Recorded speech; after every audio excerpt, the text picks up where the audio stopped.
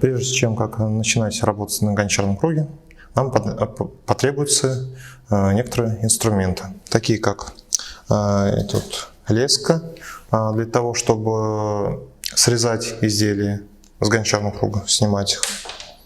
А потом такой вот стек деревянный, чтобы обрабатывать изделия. Карточка тоже для обработки изделий, сглаживания. Потом губка, поролон, чтобы была постоянная влага. И вот такой кусочек целлофана. Ну, целлофан это уже мое, чтобы тоже для обработки. И, конечно же, у нас вода должна быть.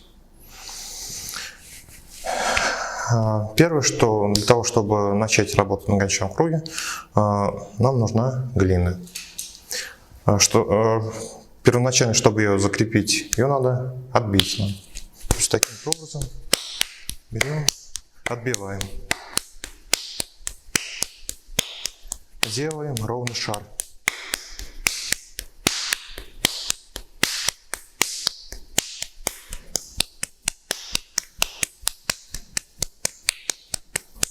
Вот такого состояния надо примять. Дальше мы ее закрепляем на гончарный круг. То есть таким вот способом со всех сторон. При этом гончарный круг мы прокручиваем обязательно, чтобы полностью закрепить нашу заготовочку. Дальше мы включаем гончарный круг.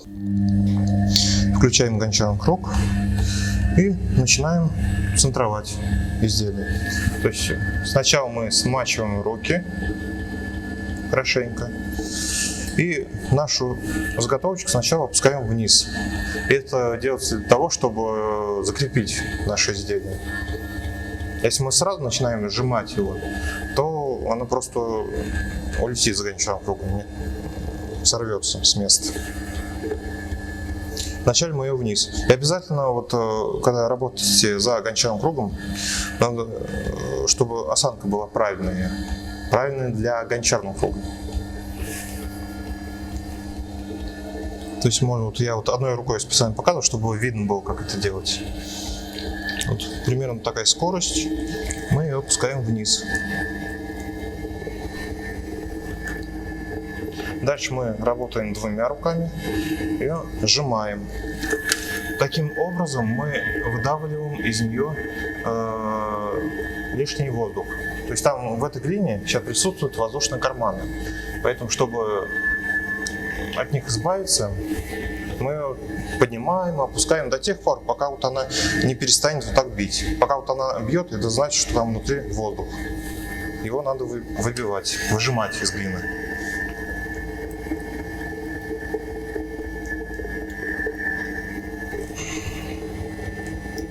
Руки обязательно периодически смачивать.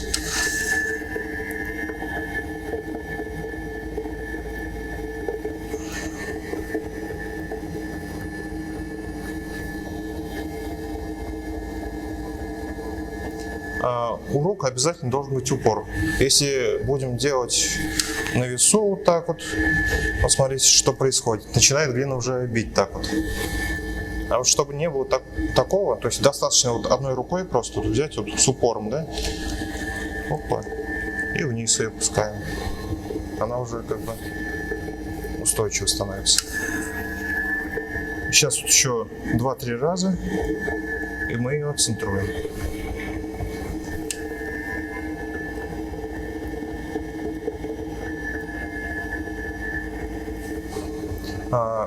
Лишнюю глину с гончарного круга лучше убрать, потому что она в дальнейшем нам потом будет мешаться.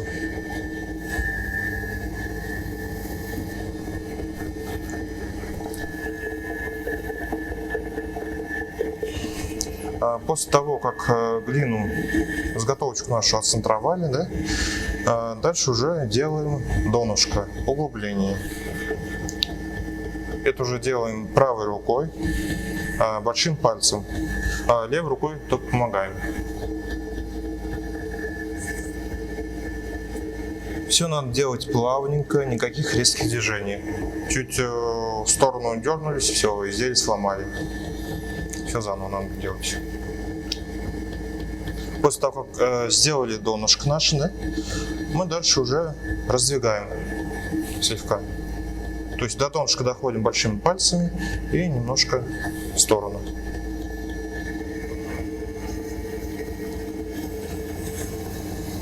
Вот. Дальше берем пролом,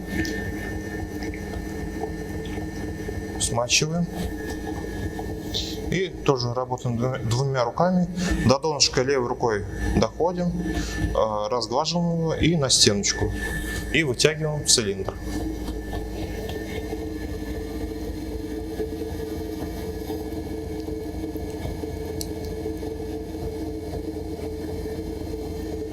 Но первоначально, когда вы только начали крутить, надо сначала представить образ у себя в голове, что вы хотите сделать.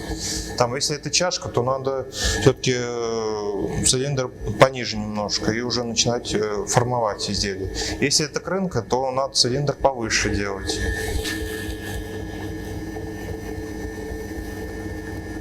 Сейчас мы делаем небольшую крыночку. Немножко поуже так сделаю.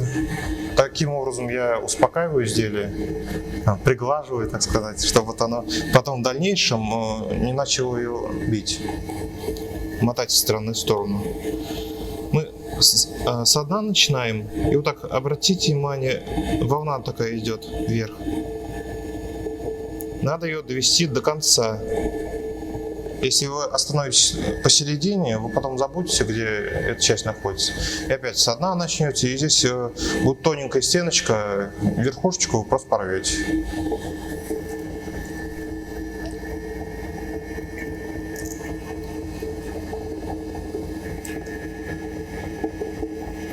И когда садитесь за гончарный круг, надо садиться в хорошем настроении. Если у вас плохое настроение, или вы там болеете, нервничаете, тогда работа не получится. Она такая же будет нервная, кривая, неправильной формы.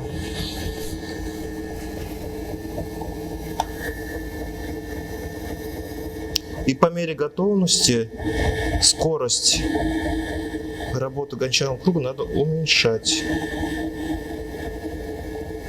Потому что все-таки стеночка у нас становится тоненькие, и если большая будет скорость, то изделие просто завалится. Или по-другому еще на языке гончаров опухнет изделие.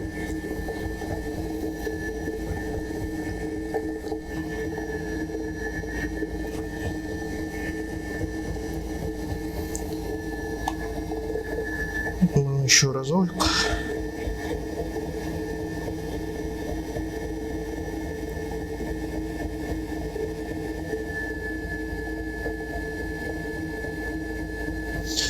Изделие обязательно должно быть одинаковой толщины. То есть первоначально мы крутим вот этот цилиндр, да, делаем одинаковой толщины. Если будет здесь толще, здесь тоньше, или наоборот здесь толще, а здесь тоньше, изделие завалится. То есть вот этот верхний груз, он вот эта часть не выдержит, и поэтому сломается. После того, как мы скрутили наш цилиндр, да, дальше уже непосредственно придаем форму изделию.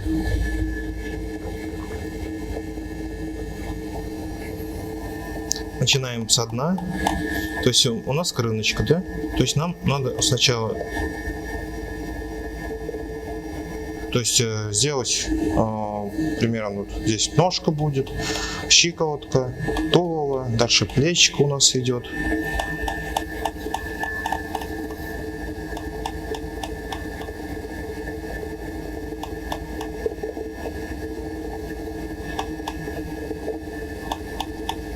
Дальше шейка.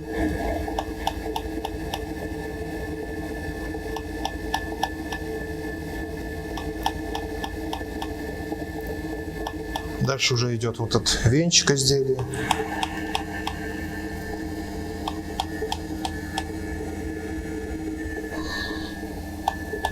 Можно верхушечку немножко повыше сделать.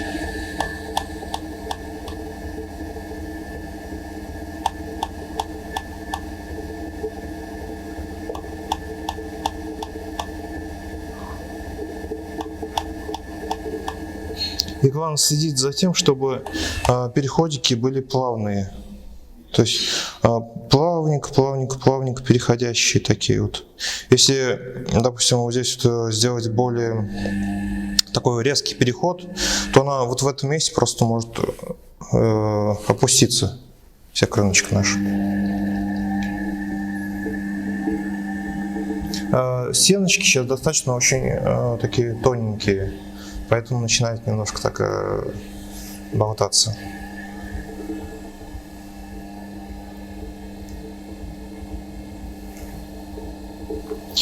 После того, как мы придали форму изделию, дальше мы начинаем обрабатывать его. Такая первоначальная обработка.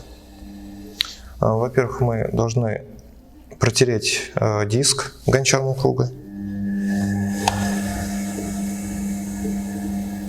чтобы был чистым. Вот этим деревянным стеком можно сразу обточить нашу ножку, сделать более изящной.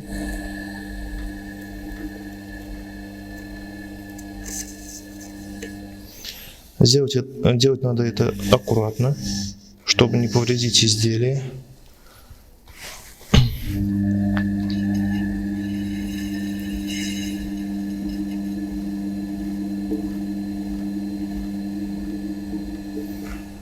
После этого берем нашу карточку, самодельная карточка такая, и обрабатываем изделие. Внутри обязательно стеночку поддерживать, а снаружи работать с карточкой и как бы сглаживать так вот.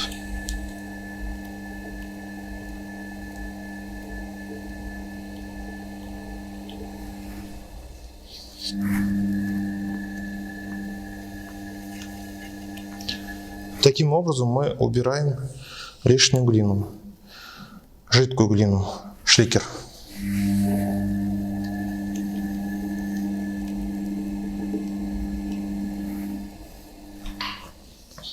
Вот. После этого, сейчас еще раз протру диск. После этого обрабатываем вот этот венчик, губы изделия. Вот это можно как оставить в виде декора. Берем целлофан. Некоторые мастера не целлофан берут, а влажную тряпочку берут просто и обрабатывают. Ну, я считаю, что вот от тряпочки остаются всякие полоски также, а целлофан более так вот сглаживает это все.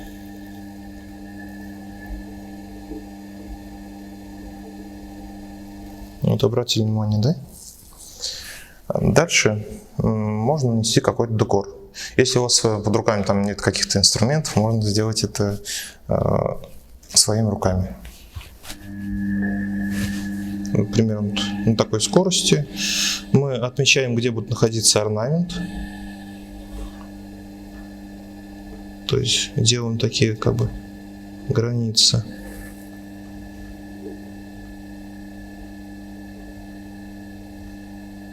Вот. И как бы за эти границы мы выходить не должны. И наносим орнамент. Обычный, простой такой, на небольшой скорости. Так, сейчас.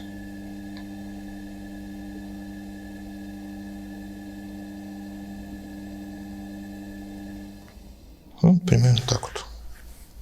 После того, как мы изделие скрутили, все у нас готово. Еще раз протираем диск гончарного круга. И снимаем. Но надо сначала руки помыть, потому что руки грязные. То есть такими руками снимать нельзя. Иначе вы оставите следы, ну, изделие можно просто помять. Дальше берем вот такую вот картоночку нашу, кладем на гончарный круг. Берем леску или струну и срезаем изделие. Срезаем на себя. Один раз срезали, убрали глину. И второй раз можно от себя. Опять убираем глину. Вешаем леску обратно. и снимаем изделие. Снимать изделие надо аккуратно. Не таким образом, потому что так можно помять изделие. А вот полностью вот так берем, аккуратненько. Сначала один край, второй снимаем, ставим. Вот. Готовое изделие. Но оно еще должно высохнуть. На изделие обязательно надо ставить штамп. Когда изделие подвялится, можно сбоку вот здесь поставить, можно на донышке. Как бы подписываем свое изделие.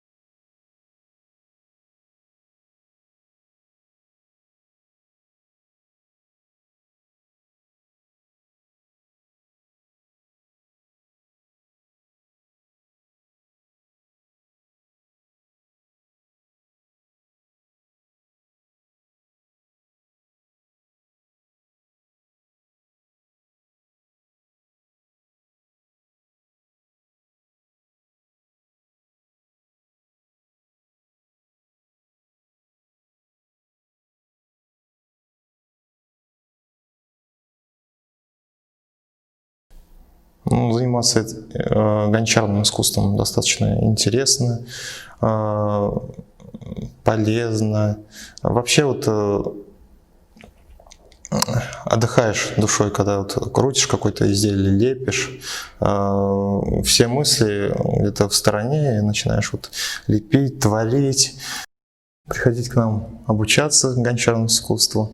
У нас имеются курсы по керамике, где вас научим и работать на гончарном круге, и лепить вручную.